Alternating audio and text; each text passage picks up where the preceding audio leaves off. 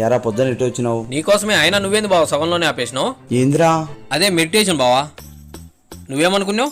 నేను అదే అనుకున్నాలేరా. అయినా మెడిటేషన్ చేస్తే చెమటలు కారుతున్నాయింది బావా. ఈ స్ట్రెస్ అనేది చెమట రూపంలో అలా వెళ్ళిపోతుందిరా. పెళ్ళైతే నీకే అర్థమవుతుందిలే గానీ. అయినా ఇల్లేంది బావా ఇట చెత్త చెత్తగా ఉందా? మీ అక్క ఇప్పుడే పాలు పొంగుతున్నాయి, అలా వంటింట్లోకి వెళ్ళింది, నువ్వు వచ్చినావు. ఒక కాఫీ చెప్పు బావా. మీ తమ్ముడు వచ్చిన కాఫీ తీసుకురా. ఏందిరా అలాగే చూస్తున్నావు? అక్క లేకుండా కాఫీ ఎట్టొచ్చుదా అని. ముందే తెలుసా? అక్క ఇప్పుడే ఇంటికాడికి వచ్చింది. నాకు ఒక 5,000 కావాల్సింటే ఇదే సరైన సమయం అని వచ్చిన. లేవురా నా కాడ.